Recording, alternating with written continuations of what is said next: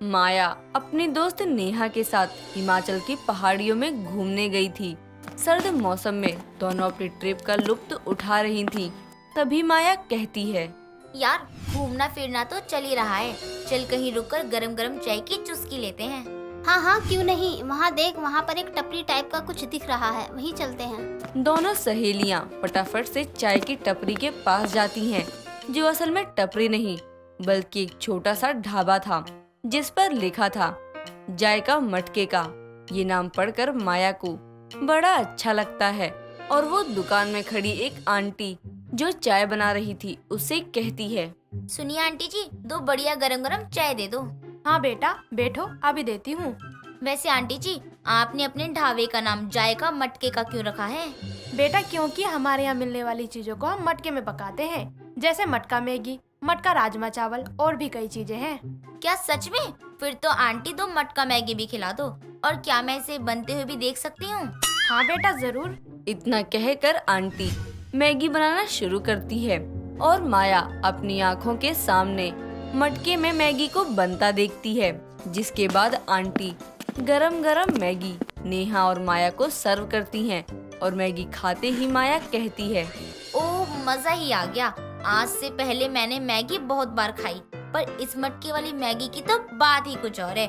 और इसमें जो मिट्टी की खुशबू और स्वाद आ रहा है वो तो परम सुख का आनंद दे रहा है। ऐसे ही अपनी मैगी और चाय का मजा लेकर दोनों सहेलियां वहां से चल देती हैं। कुछ दिनों में अपना ट्रिप खत्म होने के बाद नेहा और माया वापस से अपने घर आ जाती हैं। वक्त गुजरता जाता है। माया की शादी अर्जुन नाम के लड़के से हो जाती है। ऐसे ही एक दिन माया अपनी सास अनु के साथ मार्केट में कुछ सामान ले रही थी। तभी उसकी नजर कुम्हार की दुकान के बाहर रखे मटकों पर जाती है और वो वहां जाकर दुकानदार से कहती है, सुनिए अंकल, ये मटका कितने का है? बेटा 150 रुपए का है। अच्छा, मुझे इसमें दाल, कड़ी, राजमा, मैगी जैसी चीजें बनानी है, बन जाएंगी ना? हाँ बेटा, ये वाले मटकी खास इसीलिए बनाए गए हैं, बस धीमी आंच पर बनाना क्योंकि मिट्टी का है ना। जी जी, दे दो आप मुझे।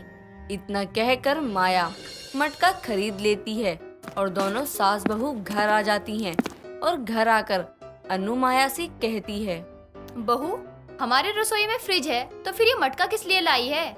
माँ जी, इसमें मैं आपको खाना बनाकर खिलाऊंगी। बेटा कैसा मजाक कर रही है, भला मटके में भी कोई खाना बनाता है? हाँ माँ जी, आप देखना अब आपकी बहू कैसे आपकी रसोई को मटके वाली रसोई बनाती है। अब आप शाम का खाना खाकर देखना। ठीक है बेटा, जैसा तुझे सही लगे। इतना कहकर अनु वहां से चली जाती है। वहीं माया भी कुछ देर आराम करने के बाद शाम के खाने की तैयारी में लग जाती है और काफी मेहनत करने के बाद माया मटके वाले राजमा चावल बना लेती है। जिसके बाद सभी लोग साथ में डिनर करने के लिए बैठ जाते हैं और खाने की खुशबू सूंघकर अर्जुन कहता है, क्या बात है माया, आज खाने में क्या बनाया है? खुशबू तो बहुत अच्छी आ रही है। आज मैंने मटके वाले राजमा चावल बनाए हैं आप दोनों के लिए। ओह वाह, क्या बात है। तो चलो जल्दी से परोस दो। जी जी, अभी देती हूँ। इतना कहकर माया फटाफट से अर्जुन और अनु को मटके में बने राजमा चावल परोस देती है और उनका स्वाद चखकर अनु कहती है, क्या बात है बहू, सच में मजा आ गया। आज तक मैंने ना काफी सुना था मटका डिश के बारे में, लेकिन आज जब पहली बार खाया है तो सच में मजा आ गया खाकर। हाँ बहू सच में, इस मिट्टी की खुशबू में ना अपने बचपन की याद आ रही है। तू भी बैठकर खाना खा बहू। अपने बने खाने का मजा खुद भी लो, बहुत अच्छे बने ये मटके वाले राजमा चावल। हाँ जी, जैसा आप कहो। इतना कहकर माया सभी के साथ बैठकर डिनर का मजा लेती है। वक्त गुजरता जाता है। अब माया ज्यादातर खाना मटके में ही बनाया करती थी। साथ ही उसने अपनी रसोई में बहुत सारे मिट्टी के बर्तन जैसे कि मिट्टी का तवा, मिट्टी के कूजे, मिट्टी के गिलास आदि जैसी कई चीजें शामिल कर ली थी। ऐसे ही एक दिन अर्जुन माया से कहता है, माया सुनो। जी हाँ जी, कहिए क्या हुआ? माया, कल मेरे ऑफिस के कुछ दोस्त आ रहे हैं खाने पर। हाँ जी, तो क्या हुआ? कुछ नहीं, बस तुम सबके लिए ना मटका रसोई में जाकर बढ़िया बढ़िया सा खाना बना देना बस। जी जी बिल्कुल। आपको पता है मैंने ना मटका रोटी भी बनाना सीख लिया है। आप आने दो अपने दोस्तों को, देखना एकदम बढ़िया खाना बनाकर खिलाऊंगी। ठीक है माया, चलो अभी मैं चलता हूँ ऑफिस के लिए, तुम अपना ध्यान रखना। इतना कहकर अर्जुन अपना ऑफिस का बैग उठाकर घर से ऑफिस के लिए निकल जाता है। ऐसे ही अगले दिन माया अर्जुन के दोस्त के लिए खाना बनाना शुरू कर देती है। इस बार वो मटका कड़ी कचौड़ी, मटका मैगी, मटका दम बिरयानी, मटका सेवइयाँ, साथ ही मटका रोटी भी बनाती है। शाम को जैसे ही अर्जुन के सभी दोस्त डिनर के लिए घर आते हैं तो माया डाइनिंग टेबल पर सभी के लिए मिट्टी के बर्तन सजा देती है और बहुत ही प्यार से सभी को खाना सर्व करती है। खाने का स्वाद चखकर अर्जुन की दोस्त मलिका कहती है, ओ माय गॉड, क्या स्वाद है इसका। इतना अच्छा खाना आज तक कभी नहीं चखा। कौन से होटल से मंगवाया है ये सब?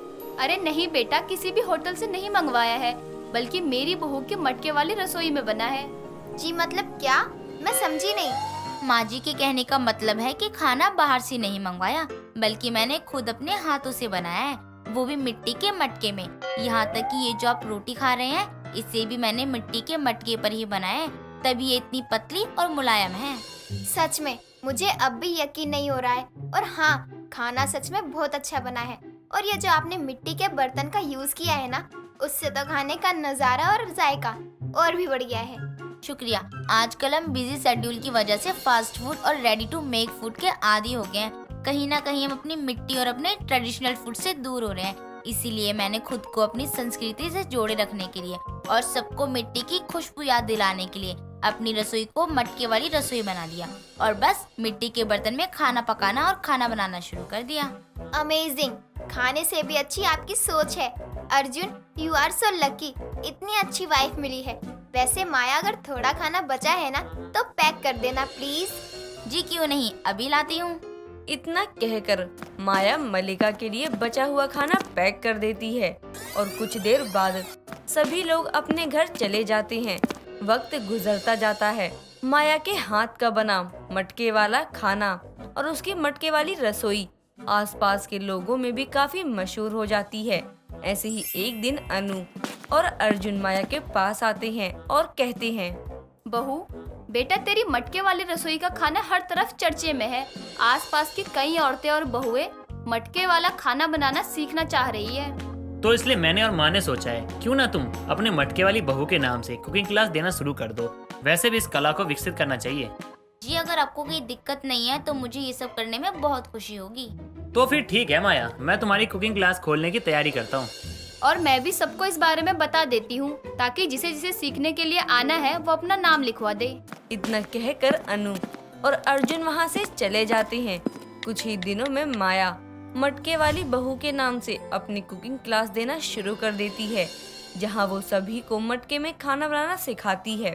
साथ ही अपनी मटके वाली बहू की रसोई से हर घर में मिट्टी की खुशबू और स्वाद का जायका पहुँचाती है।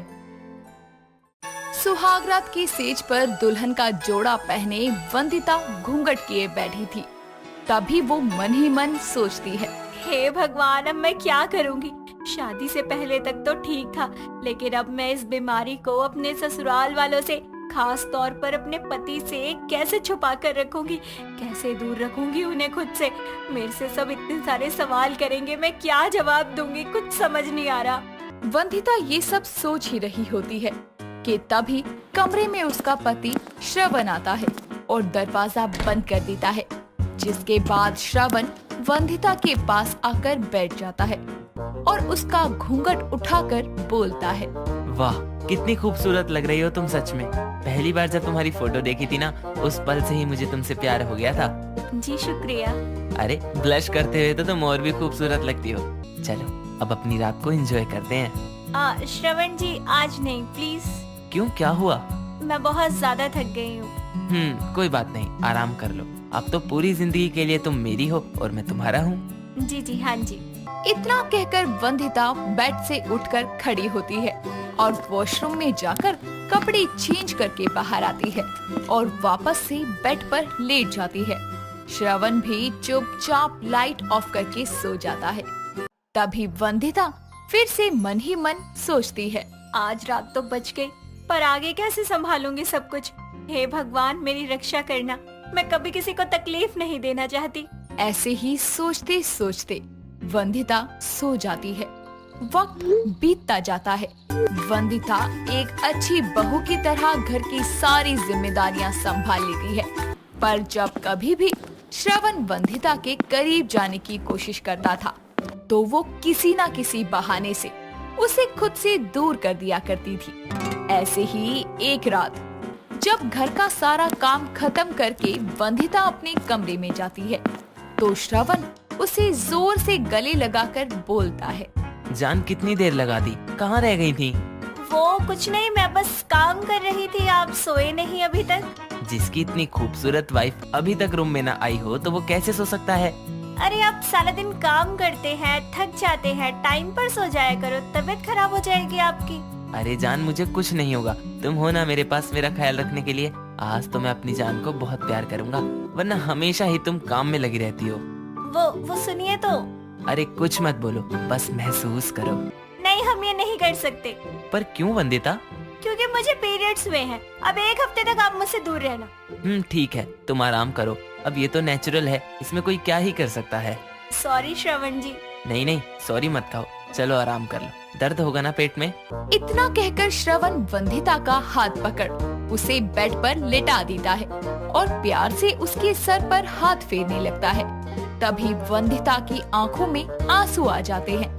ये देखकर श्रवण बोलता है, क्या हुआ वंदिता, तुम रो क्यों रही हो? कुछ नहीं, बस आपका प्यार देखकर ना खुशी से आंखें भर आई मेरी। हट पगली, सो जाओ। ऐसे ही श्रवण सहलाते सहलाते वंदिता को सुला देता है। वक्त गुजरता है, दिन पर दिन वंदिता कमजोर होती जाती है, साथ ही उसका वजन भी घटता जाता है, पर वो किसी को कुछ नहीं कहती।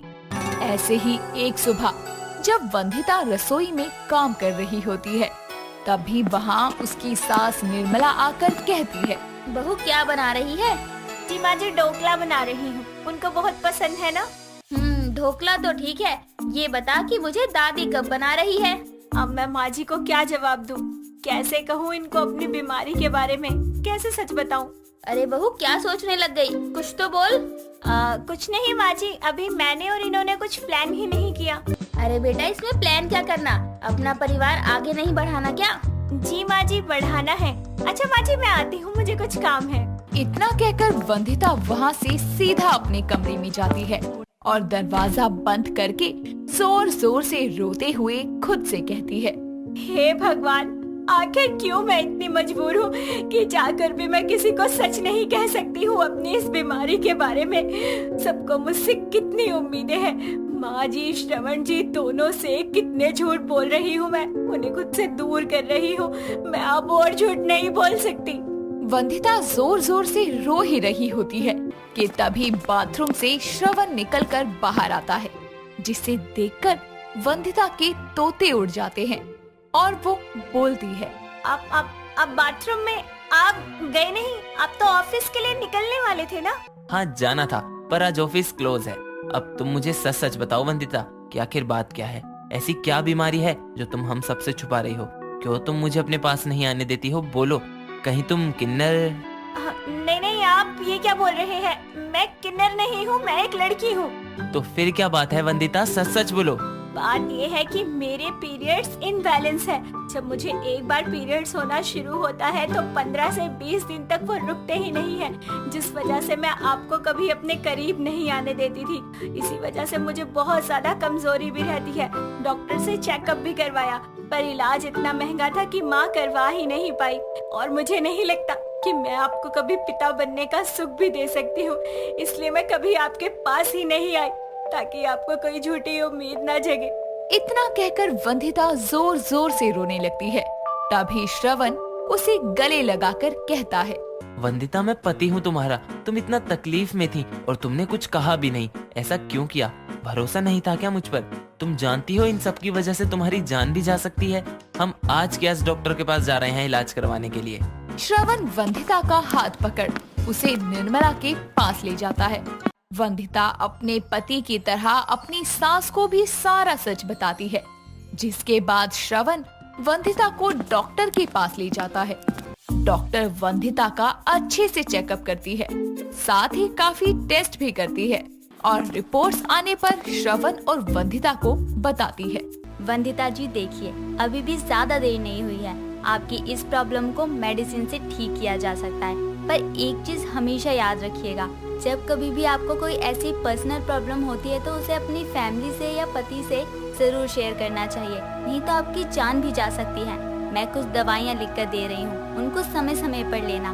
1 महीने में ही तुम्हारे पीरियड इरेगुलर से रेगुलर और बैलेंस हो जाएंगे। जी डॉक्टर, आप जैसा कहेंगी मैं वैसा करूंगी। बस मुझे इस बीमारी से आज़ादी चाहिए ताकि मैं अपने परिवार को एक पोते का सुख दे सकूं और मेरी मैरिड लाइफ भी अच्छे से बीत सके। बहुत टाइम तक मैंने इस बीमारी के साथ स्ट्रगल किया है, बस अब मैं और नहीं जीना चाहती ऐसे। बाकी डॉक्टर आप मुझे बता दीजिए कि मुझे क्या, कब और कैसे करना है। मैं हर एक चीज का ध्यान रखूंगी। वंदिता और श्रवण डॉक्टर से मिलने के बाद घर आते हैं, जिसके बाद निर्मला और श्रवण मिलकर वंदिता का खूब ख्याल रखते हैं। 1 महीने में ही वंदिता एकदम ठीक हो जाती है। साथ ही एक वक्त बाद उसे पता चलता है कि वो माँ बनने वाली है। 9 महीने बाद वंदिता एक प्यारी सी बेटी को जन्म देती है और इस तरह वंदिता की पर्सनल बीमारी हमेशा के लिए छूमंतर हो जाती है।